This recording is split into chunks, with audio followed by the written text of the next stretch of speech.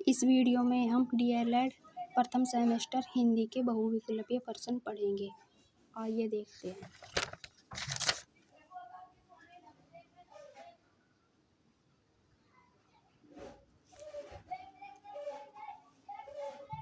निम्न में से किस वर्ण का उच्चारण स्थान कंठ है? सही आंसर ग। उच्चारण में लगने वाले समय के आधार पर व्यंजन वर्ण किस श्रेणी में आते हैं?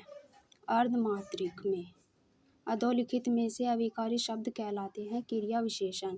निम्न में से किस शब्द की वर्तनी शुद्ध है? मस्तिष्क। हिंदी वर्णमाला में अर्ध स्तर के अंतर्गत आने वाले वर्ण हैं एंग और ए। अर्ध स्वर कहलाते हैं य और व। स्पर्श व्यंजन नहीं है श और है। कोश कोश का सही अर्थ चुनिए। खजाना शब्द संग्रह। निम्नलिखित में कौन सही शब्द शुद्ध शब्द है? परीक्षा।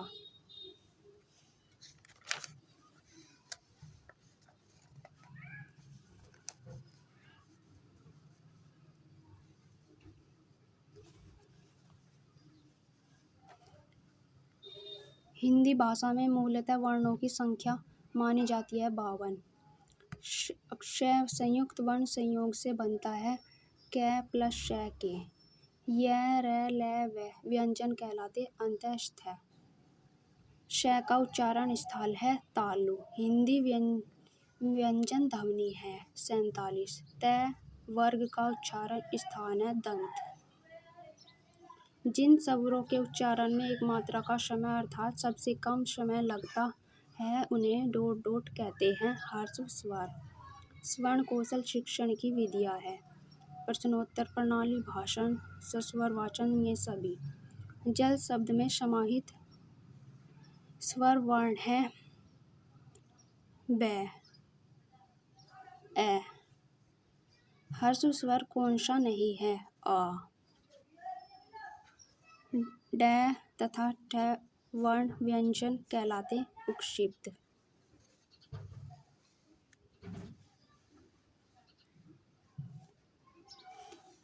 हिंदी भाषा में स्वरों की संख्या होती है 11।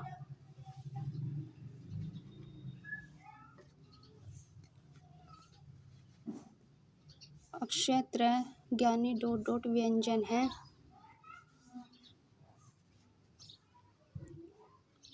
संयुक्त। निम्न में संयुक्त व्यंजन है ये सभी। अनुनासिक व्यंजन होते हैं प्रत्येक वर्ग का 5वां वर्ण। प्रकृति के आधार पर स्वर कितने प्रकार के होते हैं? 2। भाषा की सबसे छोटी इकाई है वर्ण या ध्वनि। उपक्षिप्त व्यंजनों की संख्या है 2। हिंदी भाषा में मूल तथा विशुद्ध व्यंजनों की संख्या है 33। निम्नलिखित में से कौन सी वर्तनी सही है? आशीर्वाद।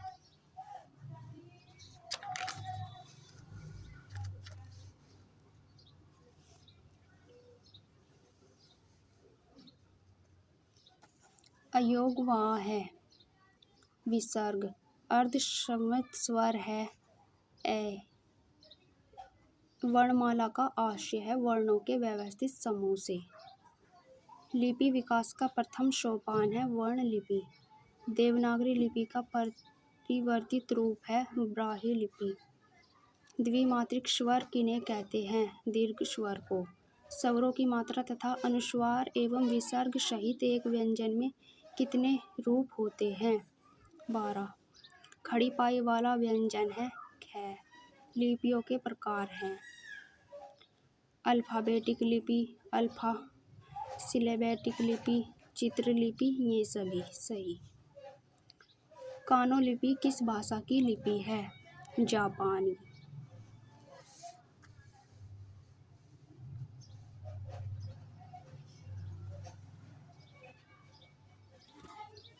निम्न में से संयुक्त वर्ण नहीं है री।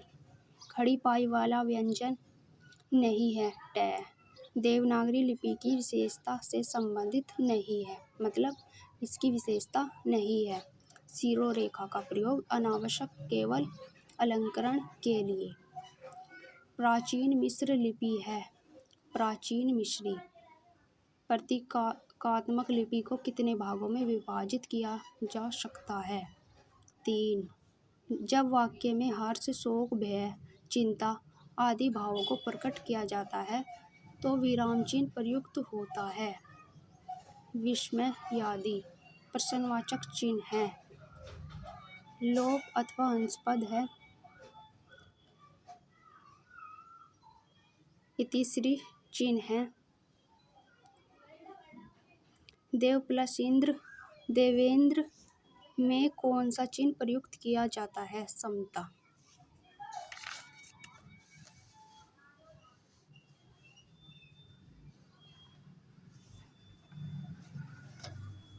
विराम चिन्ह कितने प्रकार के होते हैं?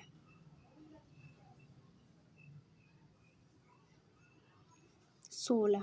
किसी खेल या रचना के अंत में चिन्ह प्रयुक्त करते हैं। इतिश्री कोष्टक में लिखा गया शब्द प्राय होता है। विशेषण लाघव चिन्ह है। इतिश्री चिन्ह का प्रयोग करते हैं अध्याय की समाप्ति पर, लेख की समाप्ति, रचना की समाप्ति, इन सभी पर इतिश्री चिन्ह का प्रयोग करते हैं। लद गई आम्र तरु की डाली, हो उठी कोकिला मतवाली, इस पंक्ति में कौन से चिन्ह प्रयोग किए गए हैं? पूर्ण विराम, अल्प विराम, इकारा, उद्धरण, ये सभी। निम्न में उद्धरण अवतरण चिन्ह है। निर्देशक चिन्ह को अंग्रेजी में कहते हैं डैश। लेख या कविता का शीर्षक लिखते समय कौन सा चिन्ह प्रयोग करते हैं? इकारा, उद्धरण। रेप लगाया जाता है। उच्चारण स्थान के आगे के अक्षर के ऊपर।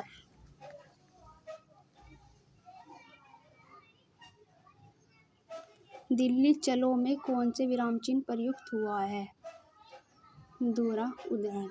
संयुक्त शब्दों तथा समास में प्रयोग किया जाता है योजक चिन्ह। कलम पकड़ने की सही विधि है पहली और दूसरी उंगली के बीच में कलम रखकर अंगूठे से पकड़ना।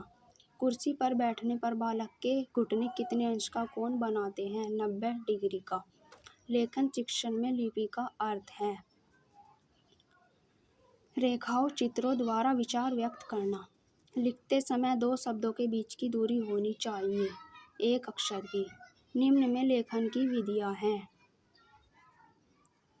अनुकरण विधि, मोंटेसरी विधि, विश्लेषण विधि, ये सभी सही। श्रुत लेख का अर्थ है सुनकर लिखना।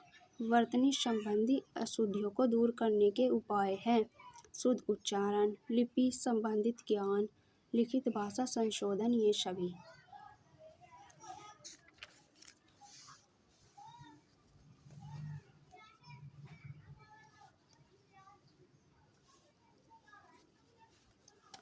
लिखना सिखाने से पूर्व बालकों को चित्रकला सिखानी चाहिए क्योंकि अक्षर भी चित्र है। यह कथन किसका है? गांधी जी का।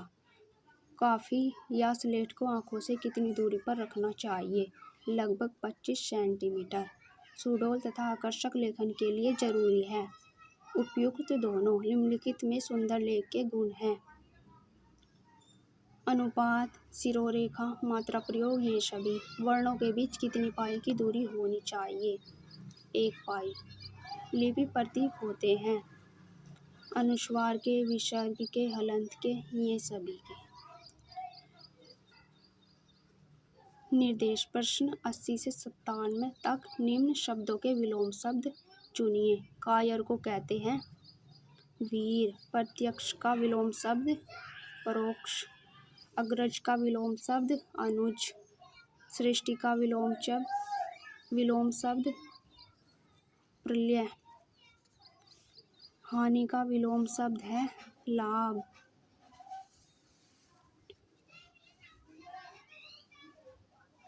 अनिवार्य का विलोम शब्द वैकल्पिक।